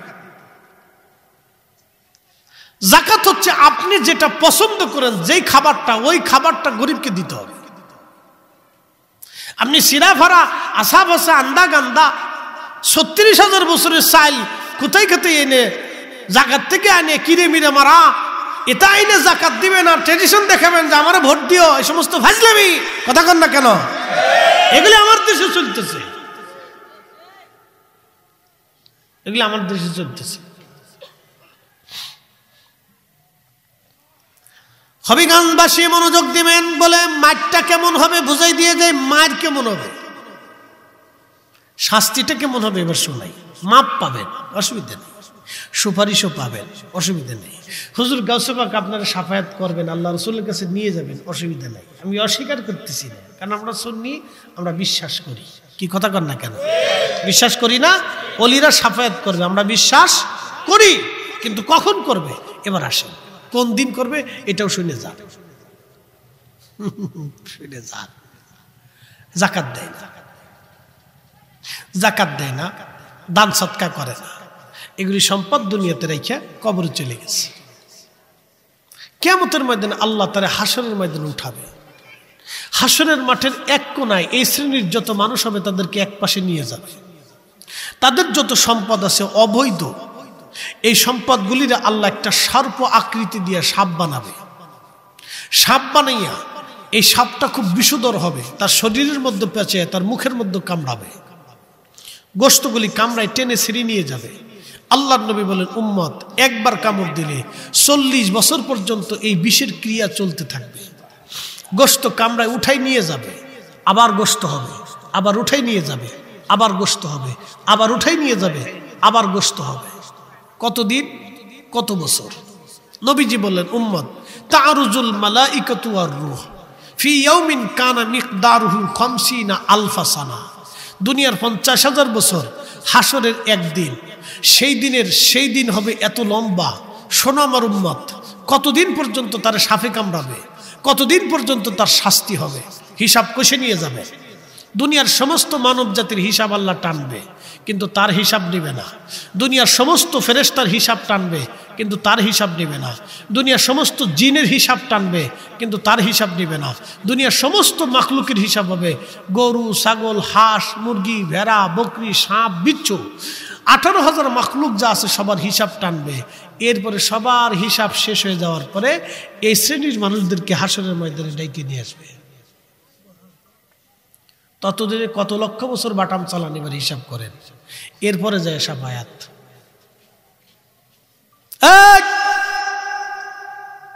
একসাথে বলেন আল্লাহু আকবার। না হয় না, আরো জোরে, আরো জোরে। কত হাজার বছর মার হবে তা আবার হিসাব করেন, তারপরে যায় সাফায়াত। হলি হবে, নালি নাই। বুঝে যান, বাঁচার চেষ্টা করেন। আল্লাহর নবী বলেন, এরপরে সাফায়াত, এরপরে আল্লাহ হিসাব নিকাশ টান দেওয়ার পরে হয় জান্নাত না হয় জাহান্নাম। যদি সাফায়াত নসিব না হয় আল্লাহ জাহান্নামে ফেলে দেবে। জাহান্নামে কত হাজার বছর শাস্তি হবে তাও জানা নাই। জাহান্নামে ফেলে দেওয়ার পরে নবীজি বললেন, সব উম্মত জান্নাতে চলে যাবে, সব জান্নাতে চলে যাবে। হাসরের মাঠ একবারে খালি হয়ে যাবে, জাহান্নামে পাঠানো হবে, জান্নাতে পাঠানো হবে। এবার আমার আল্লাহ আমার সুপারিশের কারণে, আমার কান্নার কারণে আমার আল্লাহ জাহান্নামের দিকে নজর দিবে। যারা আল্লাহর মুসলমান ছিল, কালেমাতুত তাওহীদ যাদের নসিব হয়েছে, আল্লাহর নবী আল্লাহর উপরে যারা একিন বিশ্বাস রেখে যারা পরিমাণ ঈমান নিয়ে জাহান্নামে চলে গেল, আল্লাহ রসুলকে বলেন, ইয়া রাসূল আল্লাহ, আপনি আমার উম্মত জাহান্নাম থেকে বের করে নিয়ে আসেন, যার যারা পরিমাণ ঈমান আছে তারাও নিয়ে আসেন। এরপরে আল্লাহ জাহান্নাম থেকে বের করে নিয়ে আসবে, আমার নবীর সুপারিশের জাহান্নাম থেকে বের করবে। কিন্তু কত হাজার বছর জাহান্নামে থাকতে হবে জানা নাই, জানা নাই, জানা নাই, জানা নাই, জানা নাই। অতএব ক্ষমা পেতে হবে। এটা বড় ভয়াবহ জায়গা হাসর। হাসরটা অনেক বড় ভয়াবহ। উপায় নাই, উপায় নাই, উপায় নাই রে, উপায় নাই রে, উপায় নাই, উপায় নাই রে, উপায় নাই রে, উপায় নাই। দয়াল নবীর চরণ বিনে উপায় নাই। ওই হাসরের মাঠ বড় ভয়াবহ হবে, বড় কঠিন। বিরাট হাসরের মাঠে কোটি কোটি মানুষের ভিড়ে মানুষ পাগল পারা হয়ে যাবে। আহা, কত ভয়াবহ হবে সেই দিন। নবীজি বললেন, উম্মতরে ডান হাতে আমল নামা যাবে না, বাম হাতে আমল নামা যাবে। এই জায়গায় আমার উম্মত মা সন্তান ভুলবে, সন্তান মাকে ভুলে যাবে। আর একটা জায়গা হবে উম্মত ফুলসিরাতের ঘাটে, ফুলসিরাত পার হওয়ার সময় মা সন্তান চিনবে না, সন্তান মা চিনবে না, বাবা সন্তান চিনবে না, সন্তান বাবা চিনবে না। খাদিমুর রাসূল হযরত আনাস বলেন, হুজুর কিয়ামতের এই কঠিন দিনে আপনি আমাকে ভুলে যাবেন না। নবীজি আপনি ওয়াদা করে যান, আমি আপনার খেদমত করেছি, আপনি হাসরের ময়দানে আমার ছাড়া জান্নাতে যাবেন না। আমার নবী ডাক দে বলেন, আনাস আমি রাজি হয়ে গেল। হযরত আনাস বলে, হুজুর হাসরের বিরাট এত বড় মাঠে আপনাকে কোথায় গেলে খুঁজে পাবো? বলতেছে, আনাস রে তুমি আমাকে হাউজে কাউসারের কাছে গেলে খুঁজে পাবা। বলে, হুজুর হাউজে কাউসারের কাছে যদি আপনারা না পাই, নবীজি বললেন মিজানের পাল্লার পাশে গেলে আমারে খুঁজে পাবা। বলে, হুজুর মিজানে যদি আপনাকে না পাই? খাদিমুর রাসূল আনাস বলে, হুজুর মিজানের পাল্লায় যদি না পাই? নবীজি বলেন, আনাস রে তরে ফুলসিরাতের ঘাটে যাবা। হুজুর ফুলসিরাতের কিনারে যদি আপনি নবী না পাই, কোন জায়গা গেলে আমি খাদেম আপনারে খুঁজবো? আল্লাহর নবী ডাক দে বলেন, আনাস রে সুনানুত তিরমিজির বাবুর সাফার ভিতরে হাদিস কানে আসছে। আল্লাহর নবী ডাক দে, আনাস তিনটা জায়গা তুমি আমারে খুঁজবা, এই তিন জায়গায় তুমি আমারে তালাশ করে পাবা, অন্য কোথাও আমারে খুঁজো না। আনাস তিনটা জায়গা পাবা, কারণ আমার উম্মত যাতে জাহান্নামে না যায়, আমি নবী তিনটা জায়গা আমি পাহারা দিতে থাকবো। একবার জোরে বলা যাবে কি ইয়া রাসূলুল্লাহ? হে সবজ গম্বদ ওয়ালে मंजूर दुआ करो ना, जब वक्त नजर आए आका दीदार आता करो ना, दीदार आता करना। मैं कब्र अंधेरी में घबराऊंगा जब तन्हा में, कब्र अंधेरी में घबराऊंगा जब तन्हा, इमदाद मेरी करने आजाना रसूल अल्लाह, इमदाद मेरी करने आजाना रसूल अल्लाह।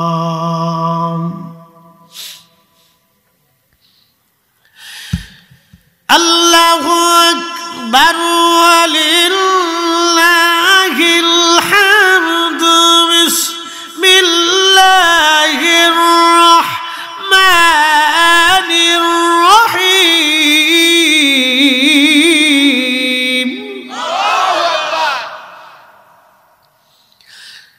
इन्ना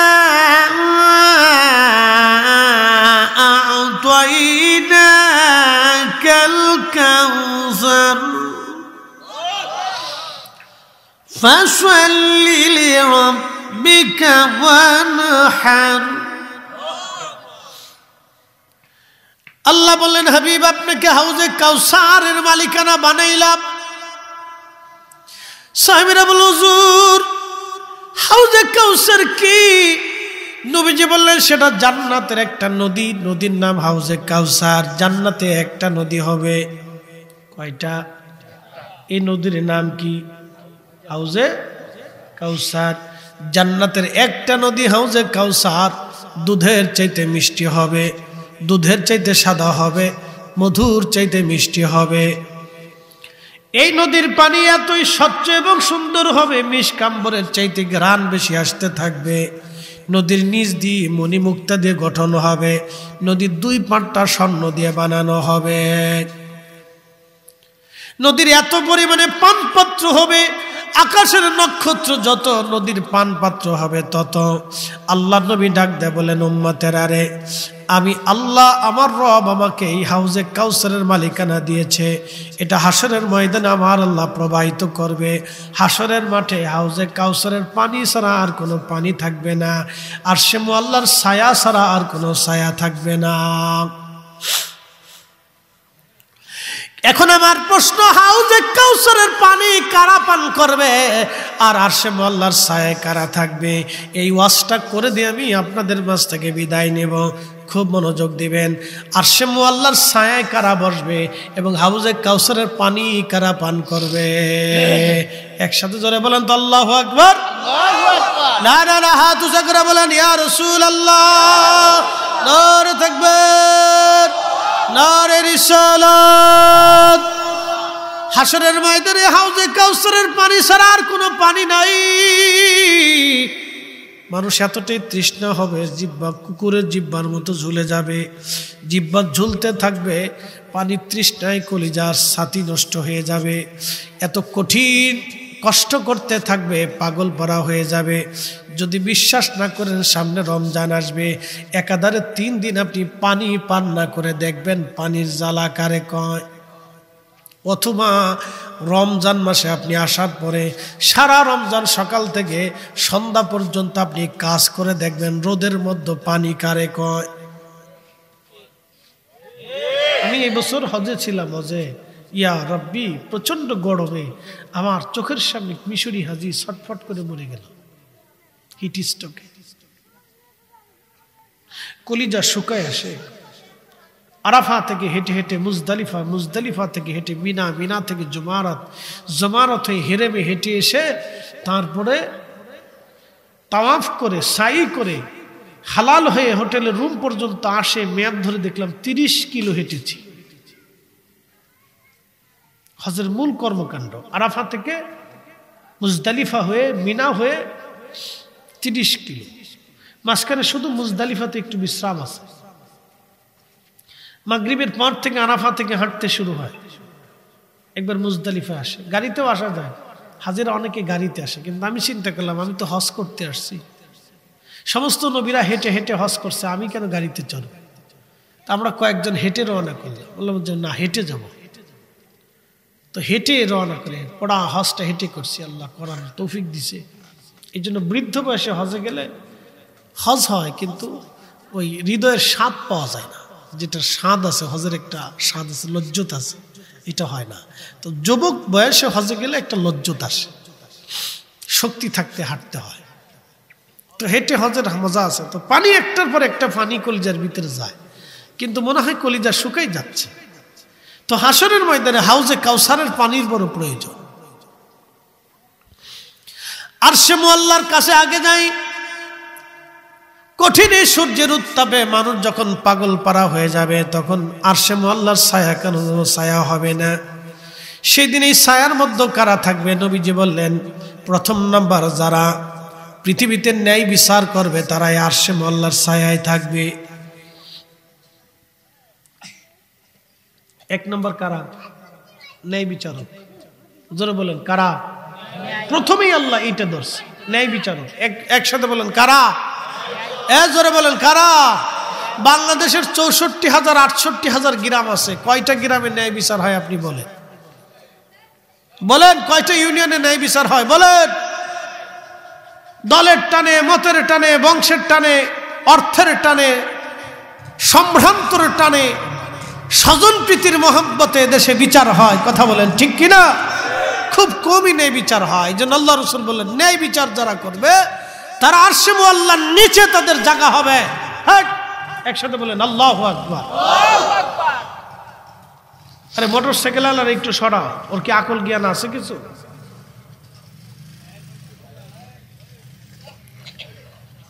আরে একটা লয়ে এসে মোবাইলও চেঞ্জ করে না বলে 36 বছর ধরে।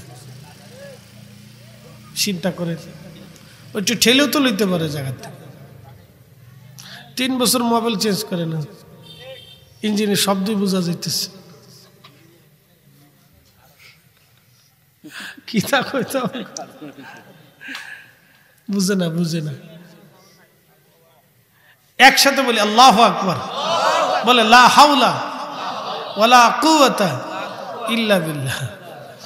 তো মনোযোগ দেন, যে কথা বলছিলাম 1 নম্বরে ন্যায় বিচার। 2 নম্বরে আল্লাহর বান্দা যে নামাজ পড়ে আবার মসজিদে নামাজের জন্য যায়, বারবার মসজিদে যায়, মসজিদের সাথে দিলটাকে বেঁধে রাখে, আল্লাহর বান্দা কিয়ামতের ময়দানে তার আরশে মহল্লার নিচে জায়গা হবে। 3 নম্বর ওই আল্লাহর বান্দা আহা যে একজন আরেকজনকে আল্লাহর জন্য মহব্বত করে, কিয়ামতের ময়দানে আরশে মহল্লার নিচে তার জায়গা হয়ে যাবে।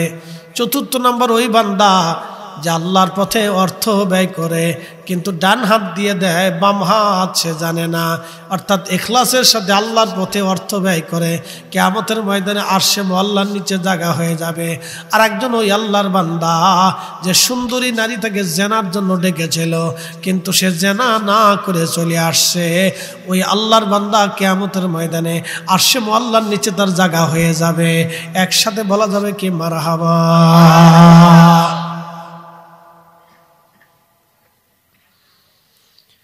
আর একজন ওই বান্দা হাসরের ময়দানে হাউজে কাউসারের পানি কারা পান করবে শুনে যান। আমার নবী বললেন, আমার উম্মতেরা রে, এই পানি একবার পান করাবো, জান্নাতে যাওয়ার আগ পর্যন্ত পানির কথা মনে থাকবে না। আমি আমার উম্মতদেরকে ডেকে ডেকে ডেকে ডেকে ধরে ধরে এনে আমি হাউজে কাউসারের পানি পান করাবো। সাহাবীরা বলেন, হুজুর এই হাউজে কাউসারের পানি কারা পান করবে? নবীজি বলেন, যারা নামাজ পড়বে। ফাসাল্লি লিরাব্বিকা ওয়ানহার, যারা নামাজ আদায় করবে এবং আল্লাহর জন্য যারা কুরবানি দেবে। এখন নামাজ হয় সমাজের টানে, নামাজ হয় রাজনৈতিক নামাজ, নামাজ হয় বিয়ে নামাজ, নামাজ হয় বতরে নামাজ। বুঝেন না মনে হয়? রাজনীতির নামাজ, নির্বাচন আসলে দেখবেন যে বেটা মুইতে পানি লয় না, হেতাও নামাজ পড়ে। কি কথা কন না কেন? আর এক নামাজ হলো বতরে নামাজ, শুধু শুক্রবারে পাওয়া যায়, জুমার দিনে পাওয়া যায়, বাকি দিনগুলি নামাজি খুঁজে পাওয়া যায় না। কথা কন না কেন? এটার নাম বতরে নামাজ। এই নামাজে হাউজে কাউসারের পানি পাবে না। আর একটা নবীজি বললেন, আমার উম্মতেরা তোমরা শোনো, আর একটা নামাজি আছে, নামাজি হলো কোন নামাজি? যে নামাজি বিয়াই নামাজ বলে। বিয়াই নামাজ কি? বিয়াই বাড়ি নতুন আইছে, নামাজ যদি না পড়ে বিয়াই কি কবে? বিয়ার ডরে যে নামাজে যায়, এটা হলো বিয়াই নামাজ। কি নামাজ? বিয়াই নামাজ। নামাজি শেষ। ফাওয়াইলুল লিল মুসাল্লিন আল্লাযীনা হুম আন সালাতিহিম সাহুন। দুর্ভোগ সে নামাজি যে মানুষ দেখানোর জন্য নামাজ পড়ে, মানুষ দেখানোর জন্য নামাজ পড়ে, মানুষকে দেখানোর জন্য। সে হাউজে কাউসারের পানি পাবে না। আল্লাহর নবী বললেন, সাহাবীরা নামাজিদেরকে ধরে ধরে নিয়ে আমি হাউজে কাউসারের পানি পান করাবো। বলে, হুজুর এত কোটি কোটি উম্মতের ভিড়ে উম্মত চিনবেন কেমনে? নবীজি জবাব দিলেন, সাহাবীরা রে, আমার উম্মত নামাজ পড়বে 5 ওয়াক্ত, নামাজের কারণে ওযু করবে, ওযুর জায়গাগুলি নূর চমকাইতে থাকবে। অন্য কোন উম্মতের মধ্যে এরকম নূর চমকাবে না, আমার উম্মতের ভিতরে নূর চমকাবে। এই নূরগুলি দেখে দেখে আমি টেনে টেনে নিয়ে হাউজে কাউসারের পানি পান করাই দিব। একসাথে বলেন আল্লাহু আকবার। না না, আরো জোরে বলেন। শ্রেষ্ঠ নবী দিলাম রে তরিয়ে নিতে রজাসরে, পথ না ভুলি তাই তো দিলে পাক কোরআনের বাণী। খুদা তোমার মেহেরবানি। আরেকটা হলো কুরবানি। আল্লাহর জন্য যারা কুরবানি করে তারা হাউজে কাউসারের পানি পান করবে। এখন কুরবানি কি আল্লাহর জন্য না ফ্রিজের জন্য? জোরে কোন? এই হোম মিনিস্টাররা ওয়াজ শুনতেছে না? হোম মিনিস্টার শুনছেন নি আপনারা? বাংলাদেশের সবচেয়ে পাওয়ারফুল মন্ত্রী কোনজন কোন তো? Home minister. বুঝেন নাই মনে হয়? হ্যাঁ, ইংরেজিতে কইছে যেন বুঝেন নাই। বাড়িওয়ালি উনি হলো বাংলাদেশের সবচেয়ে বড় মন্ত্রী। প্রধানমন্ত্রী এখানে নিরুপায়, রাষ্ট্রপতি নিরুপায়, সেনাপতি নিরুপায়, পুলিশ প্রধান নিরুপায়, সব এই জায়গাটা ধরা খাওয়া। পীর সাহেবরাও ধরা খাওয়া, বড় সাইকুল হাদিসও ধরা খাওয়া। কথা কন লেখা, এটার নাম হচ্ছে হোম মিনিস্টার। কি মিনিস্টার? Home minister. এটা বিরাট বড় পাওয়ার। বাংলাদেশের সবচেয়ে বড় পাওয়ার হল হোম মিনিস্টারের। বাংলাদেশের সবচেয়ে বড় পাওয়ার হল হোম মিনিস্টার। যারা হোম মিনিস্টার আছেন তারা আমার ওয়াজ শুনতেছেন, ভালো করে শুনে রাখেন। বাংলাদেশে কুরবানি 100 জনের ভিতরে 99টা কুরবানি হয় ফ্রিজের জন্য, আল্লাহর জন্য কুরবানি হয় না। বলে কারণ কি? হোম মিনিস্টার কুরবানি আসার আগে ফ্রিজ গুতায় ঠিক করে। ভিতরে যত বরফ আছে বাচ্চা ক্লিয়ার করে, কেমনে ঢুকামো, কত ঢুকামো, কিভাবে ঢুকামো, কিভাবে হান্দামো, এই চিন্তা করে। হোম মিনিস্টারের বিরাট পাওয়ার। শয়তানে হাসি একা, হোম মিনিস্টার তুমি কাম চালাইতেছো, চালাও, আমার কাজ করে দিতেছো। কুরবানি আল্লাহর জন্য হয় না, কুরবানি ফ্রিজের জন্য হয়। বাপরে বাপ, কে কদ্দুর ঢুকাইতে পারে। 6 মাস পর্যন্ত কুরবানি নিয়ে ঝগড়া হয় ফ্যামিলির ভিতরে। হাতে গোস্ত নিল কে, হাতে মাথা নিল কে, হাতে বুড়ি লইল কে, হাতে ওই আড্ডি দিল কে, হাতে এইটা লইল কে, এই নিয়ে বিডিগের ভিতরে কথা চালাচালি চলতে থাকে 6 মাস। এই কথা কার নাই, জোরে বলেন। হোম মিনিস্টার বিরাট বড় পাওয়ার। হোম মিনিস্টার, এই হোম মিনিস্টারের জ্বালা আপনি কুরবানি দিতে পারবেন না। 100% কুরবানি হয় না। বলে কারণ কি? এই কুরবানি ফ্রিজের জন্য দিতে হবে। যদি বাড়ির ভিতরে গরু গোস্ত না সালাম দেন তাহলে আপনার আর খাওয়ান জুটবে না। 6 মাস পর্যন্ত নসিবে নাই, হোটেলে কিনে খেতে হবে। এই জন্য আল্লাহর জন্য কুরবানি দিবেন। স্ত্রীকে খুশি করার জন্য না, সন্তানদেরকে খুশি করার জন্য না, ক্রেডিট দেখানোর জন্য না। একসাথে বলেন কার জন্য? জোরে বলেন, আরো জোরে বলেন, কার জন্য? আল্লাহর জন্য দিবেন। আল্লাহর জন্য, আল্লাহর জন্য নিয়ত করবেন, আল্লাহর জন্য দিছি। যা দাম দিয়ে কিনে নিয়ে আসবেন, আর কোনো বক্তব্য হবে না। বাড়ি আসার পরে হোম মিনিস্টার বলবে, আব্দুল করিমের বাপ কত দেনছ? গরু তো 3.5 লাখ লইছে। করছো কি? পাশের বাড়ির মর্জিনার বাহিদি গরু লইছে 2.5 লাখ টাকা দিয়ে, তুমি তো 1 লাখ টাকা ঠিকই গেছো গা। এটা নিয়ে শিখছো? বাস শুরু হয়ে গেল। এই নিয়ে শিখছো তুমি? গরু কিনতে পারো না, বাজারে গেছো কে? 1 লাখ টাকা ঠকছ, বাস কুরবানি শেষ। কুরবানি কি শেষ, কাজ। এরপরে যেটা জবাই দেবেন খালি গোশতই খাবেন, কিচ্ছু পাবেন না। আল্লাহর জন্য ফাসাল্লি লিরাব্বিকা ওয়ানহার, নামাজ নামাজ আল্লাহর জন্য, কুরবানি আল্লাহর জন্য। যারা করবে হাউজে কাউসারের পানি তাদের নসিবে হয়ে যাবে, তাদের নসিবে হয়ে যাবে। আর আরশে মুআল্লার নিচে তাদের জায়গা হয়ে যাবে। আল্লাহ হাশরের ময়দান আমাদের বুঝার তৌফিক নসিব করুন। আওয়াজ তুলে জোরে বলেন আমিন। রব্বানা আতিনা ফিদ দুনিয়া হাসানাতাও ওয়া ফিল আখিরাতি হাসানাতাও ওয়া কিনা আযাবান নার। ربنا لا تزغ قلوبنا بعد إذ هديتنا وهب لنا من لدنك رحمة إنك أنت الوهاب। রব্বুল আলামিন হামওয়াহিলফুল ফুজুল সুন্নি যুব সংঘের উদ্যোগে মাহফিল মঞ্জুর করো আল্লাহ। আল্লাহ 12তম বার্ষিক মাহফিল, একটা যুগ আজ পার হয়ে গেল। আল্লাহ মাহফিল মঞ্জুর করে হাদিয়া তোমার হাবিবের খেদমতে জান্নাতের বাগানে পৌঁছাও আল্লাহ। জান্নাতুল বাকি মুআল্লা, বদরে উহুদ, খন্দকে মুতা, হুনাইন, শির উঁচু করে মিথ্যার সামনে মাথা নত না করে আমার হুসাইন সপরিবারে কারবালায় শহীদ হয়ে গেছে। আল্লাহ সুলতানে কারবালার হুজুরে দয়া করে হাদিয়া পৌঁছায় দাও। কাদরিয়া, চিশতিয়া, নকশবন্দিয়া, মুজাদ্দিদিয়া, হানাফি, শাফি, মালিকি, হাম্বলি, মুতাকাদ্দিমিন, মুতাআখিরিন, শাহজালালি, আমিনি, মুজাররিদি, সিফা সালার রাহিমাহুল্লাহ থেকে শুরু করে 360 আউলিয়া সহ জমিনের মাটির নিচে যত অলিগণ আমার পীর মুর্শিদ সহ আল্লাহ হবিগঞ্জ আশেপাশে যত আউলিয়া একরাম ঘুমায় গেলেন সকলার হুজুরে হাদিয়া পৌঁছাও আল্লাহ।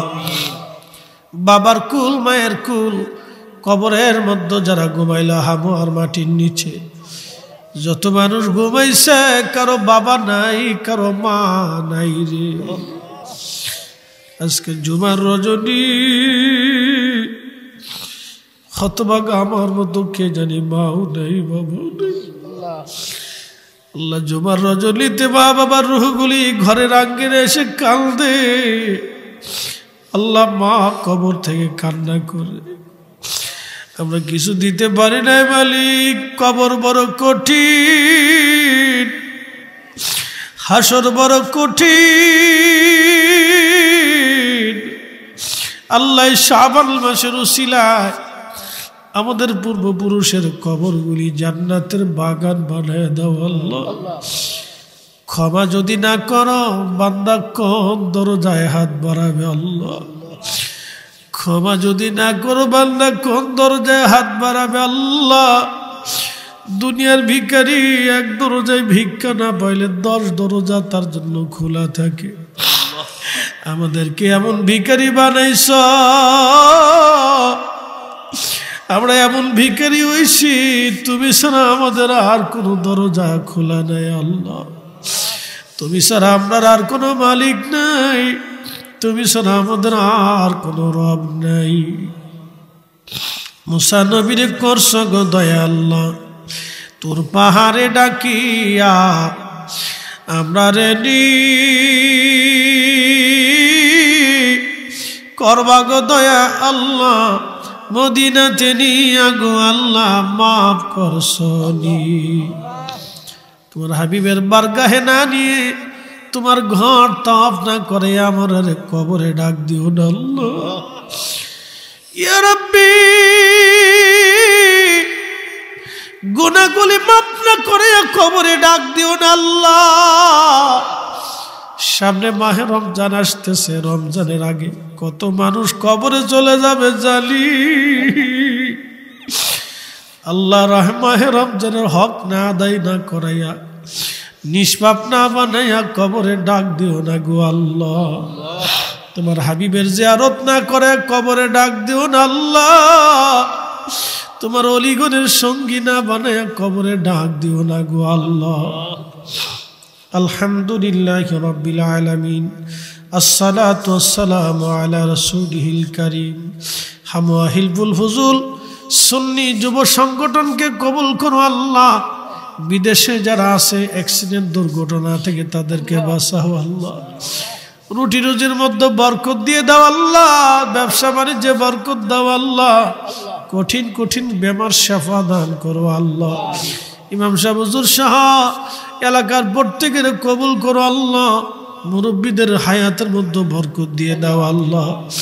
আমার মা বোনদেরকে নামাজি বানিয়ে দাও আল্লাহ। আমার প্রত্যেকটা যুবকের কলিজায় তোমার জিকির তোমার হাবিবের মোহাব্বত দিয়ে জিন্দা বানায় দাও আল্লাহ। বিদায় তো দেবা, সাকারাতের বিছানা, মৃত্যুর কঠিন যন্ত্রণা শুরু হবে আল্লাহ। শয়তান চাবে ইমান নষ্ট হয়ে যাক। কঠিন কঠিন এই মুহূর্তে তোমার হাবিবের নূরানি চেহারা মোবারক আমাদের চোখের সামনে ভাসায় দিও। ওই সুন্দর নূরানি বদন মোবারক দেখতে দেখতে আমাদের জবানে জারি করে মধুর কালেমা লা ইলাহা ইল্লাল্লাহু মুহাম্মাদুর রাসূলুল্লাহ।